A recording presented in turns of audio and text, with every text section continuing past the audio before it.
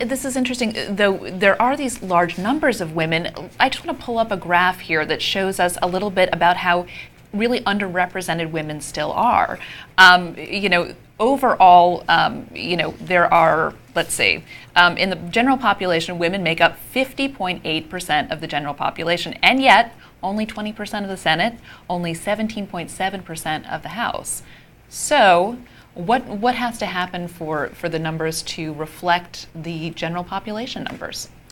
Well, it's fairly simple, really, in that incumbency is the thing that most predicts elections. And women came in later, and so if incumbents get reelected at rates of over 90%, you see fewer women. But in addition, there are not enough women who are running for political office. And so you see a lot of groups trying to push more women to become candidates. Emily's List is a long-standing group that has funded pro-choice Democratic women.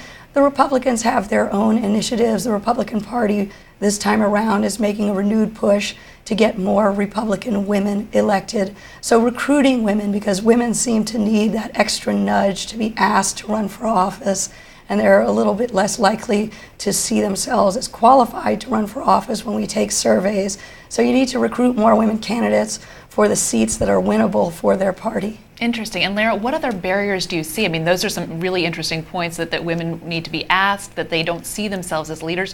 What are some of the other challenges? Well, I would argue that actually the biggest one is that the parties have to see them as viable as well. I mean, one of the realities when you look at a lot of these seats, they tend to promote women to run in seats that are usually what we might consider strategically difficult seats to actually run and win in. So it's not unusual to see a woman almost put up as a sacrificial lamb, and then it actually ends up repeating this kind of mantra like, oh, maybe women can't win. And that would dissuade other women watching a woman beat up so badly. Certainly. I mean, you can see, for instance, right, the Democrats are perfectly happy to have a woman running against Chris Christie in New Jersey. And you see these types of things, and quite frankly, Allison Grimes out in Kentucky, that's not going to be an easy race against a Senate minority leader. So this is where I think there has to be both sort of more education, but also more initiative and more